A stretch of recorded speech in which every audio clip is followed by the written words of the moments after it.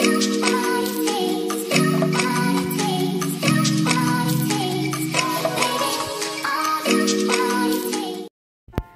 Morning উত্তরণ family, দেখা হচ্ছে আর একটা নতুন ব্লগে। আজকে সকাল সকাল আজকে আর্লি মর্নিং থেকেই ব্লগটা স্টার্ট করলাম। আমি আর শাশুড়ি মা আজকে যাচ্ছি নবদ্বীপ, যেমনটা আগের ব্লগে বলেছি। তো একদম সকাল সকাল উত্তরপাড়া স্টেশন থেকে আমরা এখন টিকিট কেটে নিলাম। এবার যাচ্ছি প্ল্যাটফর্ম নাম্বার 3-র দিকে। বুঝতেই পারছো ঠান্ডা হালকা হালকা পড়ছে, তার জন্য দূরের দিকে তাকালে রেল লাইনে কুয়াশা হালকা হালকা, তার সাথে ওয়েদারটা খুব সুন্দর। কারণ আমাদের কলকাতায় যখন ঠান্ডাটা পড়ে এই টাইমটা খুব ভালো লাগে, স্পেশালি হালকা হালকা কুয়াশা, তার সাথে ওয়েদারটাও আস্তে আস্তে চেঞ্জ হয়। তো ট্রেনে উঠে পড়েছি। আজকে আমরা ব্রেক করে যাব। তো আমাদের উত্তরপাড়া থেকে ব্যান্ডেল অবধি যাচ্ছি, তারপরে ব্যান্ডেল থেকে আবার চেঞ্জ করে নবদ্বীপ ধাম। তো পৌঁছে গেছি নবদ্বীপ ধাম, এবার বাড়ির দিকে যাচ্ছি। তো এই জাস্ট বাড়িতে আমরা আসলাম, এখন প্রায় 9:30 বাজে। এবার আমাদের অনেকগুলো আজকে পুজো ফুজো দেওয়ার আছে, তো স্নান টান করবো, স্নান করে তারপরে বেরোবো। বাবা এই জাস্ট বাইরে গেল ঠাকুরের মিষ্টি আনতে। আমি এই জাস্ট রেডি হয়ে গেছি, মার এখনো হাফ রেডি হয়ে আছে, মা এখন ঠাকুর পুজো করবে। তো আমরা এখন যাচ্ছি আমাদের গুরু মন্দিরে, ওখানে আজকে পুজো দেব। আজকে ওয়েদার ঠিক ভালোই আছে, এখানে সূর্যও উঠেছে, তার সাথে তোমার পরিষ্কার আকাশ। আমাদের বাড়ি মানে উত্তরপাড়ার ওখানে ওয়েদারটা একটুখানি গন্ডগোল হয়েছিল, কালকেও তো বৃষ্টি হয়েছে। এখানে আপাতত পরিষ্কার আকাশ আর ওয়েদারও ভালো।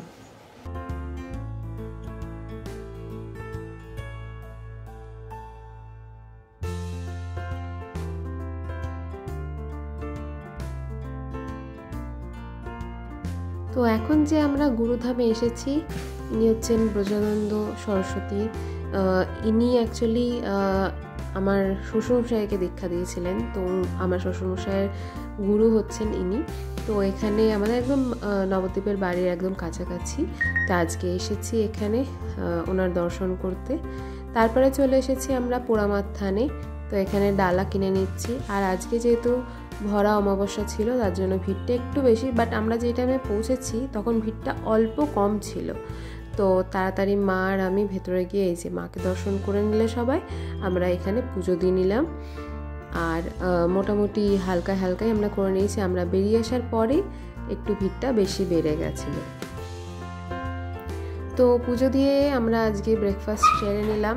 এখানে শিবু সেন বলে অনেক পুরনো এক মিষ্টির দোকান, সেখান থেকে কচুরি আর ছোলার ডাল দিয়ে আমরা ব্রেকফাস্টটা সেরে নিলাম। ভীষণ টেস্টি ছিল, আর কচুরি আমার খুবই ফেভারিট। তার সাথে আমরা এখান থেকে নিয়ে নিলাম রসগোল্লা, একদম গরম গরম তুলতুলে রসগোল্লা, কারণ দিদার বাড়ি যাচ্ছি এখান থেকে আমরা। তো ঘাট পেরিয়ে যেতে হবে, আমরা এখন আছি নবদ্বীপ ঘাটে। এখান থেকে আমরা যে স্টিমারগুলো হয় স্টিমারে উঠে পড়েছি। এখন আমরা পার হয়ে যাচ্ছি মায়াপুর ঘাটে। দেখতেই পাচ্ছ স্টিমার পুরো লোক ভর্তি। আর যেহেতু আজকে রবিবার ছিল, একটু রাশ ছিল। আর সব থেকে ভালো লাগছিলো যখন আমি এই গঙ্গা পাঠ মানে ভাগীরথী, এখানে যে মা মানে গঙ্গা আছে ওনার নাম ভাগীরথী, এর ওপর দিয়ে যখন যাচ্ছিলাম। আর তারই সাথে এই যে নদীটা দেখছো পাশে, সেটা হচ্ছে জলঙ্গি নদী। তো এটা মানে কালারটা দুটো জলের আলাদা, বুঝতেই পারা যাচ্ছে, সাদা আর এক সাইডে হচ্ছে একটু গ্রিনিশ ব্ল্যাকিশ কালার। তো আমরা পৌঁছে গেছি মায়াপুর ঘাটে, আর সুশীল মামা আসছে আমাদের সবাইকে নিতে। তো এখন এখান থেকে আমরা নামছি। আর আমার একটুখানি চোখ পড়েছিল এই ঘাট থেকে মানে নামার সময়, সেটা হচ্ছে পেয়ারা মাখার দিকে। তো পেয়ারা মাখা কদবেল মাখা আমার খুবই ফেভারিট। তোমাদের কাদের ফেভারিট অবশ্যই কমেন্ট করে জানিও। তো বাবা এখন পেয়ারা সিলেক্ট করছে, তার সাথে দেখে নাও এখানে দাদা অলরেডি পেয়ারা মাখা করা স্টার্ট করে দিয়েছে। খেতে ভীষণ ইয়ামি হয়েছিল। এই যে মা আর আমি এখন বসে বসে আইসক্রিম খাচ্ছি। আমাদের এখনো মামা আসেনি, মামার জন্য ওয়েট করছি, তার সাথে এখন আইসক্রিম খাচ্ছি। সুশীল মামা আমাদের টোটো করে নিয়ে যাচ্ছে।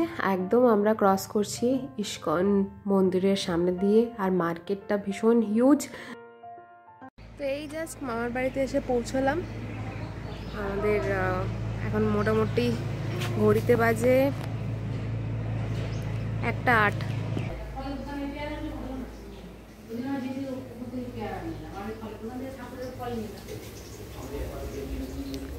এটা বাড়ির ব্যাক সাইড। কত গাছ এখানে, কলা গাছ, নিম গাছ, তারপরে কাঁঠাল গাছ, প্রচুর গাছ। কলপার, এটা বাড়ির ব্যাক সাইড। এই হচ্ছে রান্নাঘর।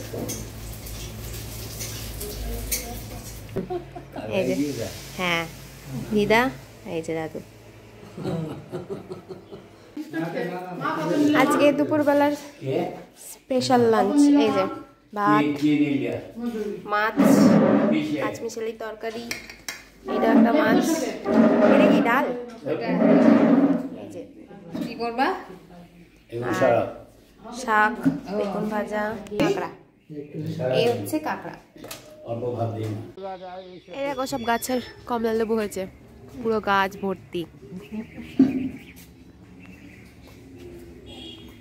আমরা এখন ঘুরতে বেরোচ্ছি, দাদু, দিদা, আমি, মা। আমরা যাব এখন ইস্কন মন্দির, তারপরে যাব আরো কয়েকটা জায়গায়।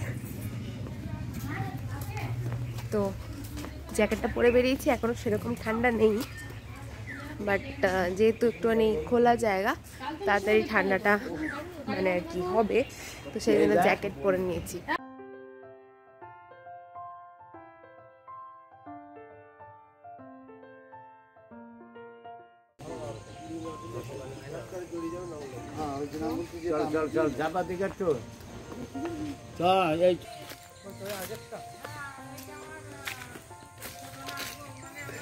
দাদুদের এই বাগানে এখানে সব যা গাছ দেখছো সব এগুলো আম গাছ আর লিচু গাছ। এই এত আম গাছ আর লিচু গাছ, গরমকালে আসলে পুরো আমে আর লিচুতে একদম গাছ ছেয়ে থাকে। এখানে ঘর কেন বানিয়েছে?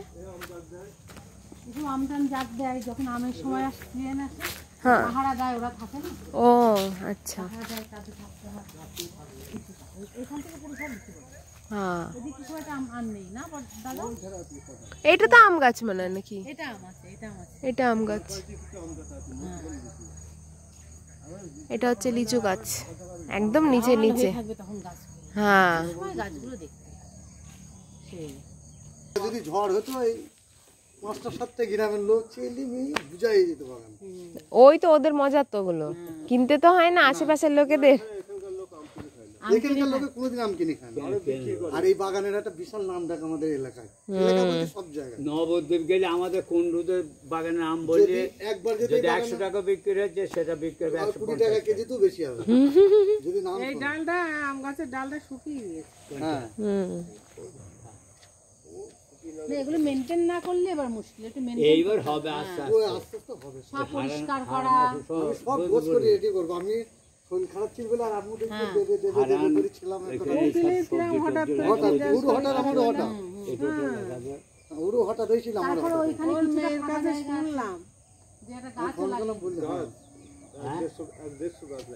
কে হ্যাঁ ওই সব ধার দিয়ে দেবো। আগে এই বাগানটা ঘেরা ছিল না, মানে এই যে সাইডে যে দেখছো মানে ইয়েটা করেছে আর কি, বাউন্ডারিটা, এটা আগে ছিল না। তো এখানে প্রচুর পরিমাণে মানে বাইরের লোক এসে সমস্ত আমের সিজনে, লিচু সিজনে প্রচুর পরিমাণে তারা নিয়ে চলে যেত। আর মানে প্রচুর লস হতো, কারণ এই পুরো প্লটটা লিজে দেওয়া হয়, তো সেই কারণে এইবার পুরো বাউন্ডারি করে নেওয়া হয়েছে, পুরোটা ঘেরা, তাতে এবার বাইরের লোক আর ঢুকতে পারবে না। আমরা মানে সিটির মধ্যে যারা থাকি আর কি, তারা এই প্রকৃতির মানে কাছ থেকে পুরোপুরি তোমার মানে আমরা পাই না। গ্রামের মানুষরা এইসব দিক থেকে অনেক লাকি। আমরা এখন বেরিয়ে যাচ্ছি বাগান থেকে। এবার কোথায় যাবো মা? আমরা জগন্নাথ মন্দির যাব। জগন্নাথ মন্দির যাচ্ছি এখন আমরা। তো আমরা পৌঁছে গেছি জগন্নাথ মন্দিরে। এখানে এসে সত্যি খুব ভালো লাগলো, চারিদিকে প্রকৃতি দ্বারা আচ্ছন্ন আর মন্দির মাঝখানে। আর এই যে মন্দির তৈরি করেছেন তিনি ছিলেন জগন্নাথ দেবের একজন সেবায়েত। আর এখানে বিভিন্ন রকম আইডিয়ালের মাধ্যমে দেখানো হয়েছে যে যে কার্পেন্টার জগন্নাথ দেবকে তৈরি করেছিলেন তিনি অসুস্থ ছিলেন, তারপরে তিনি দর্শন পান, তারপরে তিনি সেই ওনার যে আইডলটা আছে সেটা তৈরি করা স্টার্ট করেন। আস্তে আস্তে তার যে রোগভোগ ছিল সেগুলো চলে যায়। তারপরে নিমাই প্রভু, ওনারও বিভিন্ন রকম হিস্ট্রি এখানে শেয়ার করা হয়েছে। ইনি হচ্ছেন যিনি এই মন্দির তৈরি করেছেন, ফটিকচন্দ্র চট্টোপাধ্যায়। এখানে আরও অনেক রকম আইডল দিয়ে আরও বিভিন্ন রকম হিস্ট্রি শেয়ার করা হয়েছে, তোমরা একটুখানি দেখে নাও।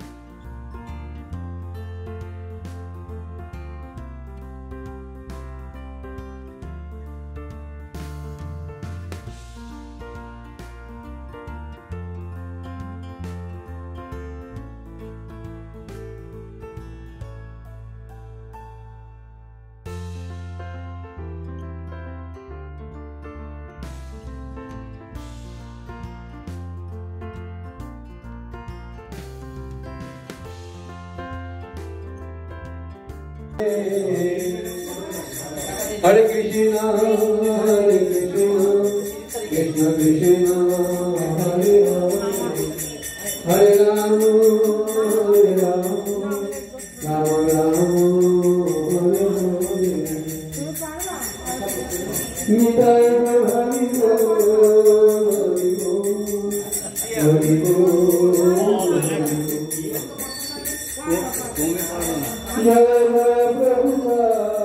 स्वामी गुरुपाद की नित्य लीला परिषद विष्णुपाद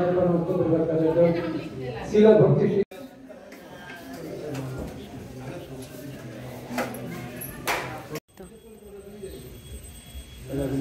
কাজও চালিয়ে যায়। তুলসী লাগবে তাহলে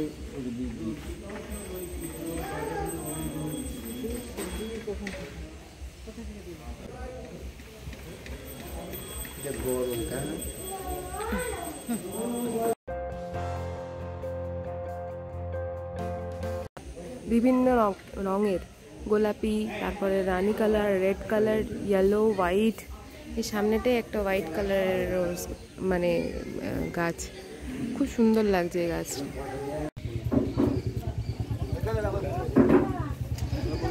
জগন্নাথ টেম্পল থেকে বেরিয়ে আমরা চলে এসেছি মায়াপুরী ইস্কন টেম্পলে।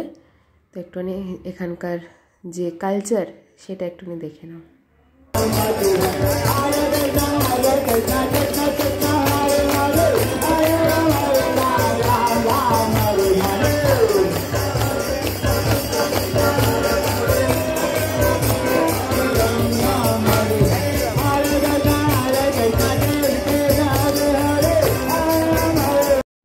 আমাদের পৌঁছতে পৌঁছতে অনেকটা সন্ধে হয়ে গেছিলো, সেই কারণে অতটা তোমরা হয়তো মানে যে সৌন্দর্যটা সেটা বুঝতে পারছো না।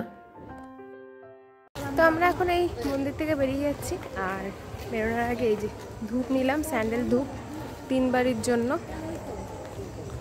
আর এই যে রাধা ড্রেস খুব ফেমাস, দিদা বলছে আমাকে কেনার জন্য, আমি কিনছি না কারণ পরার মতো জায়গা নেই আমাদের ওখানে সেরকম।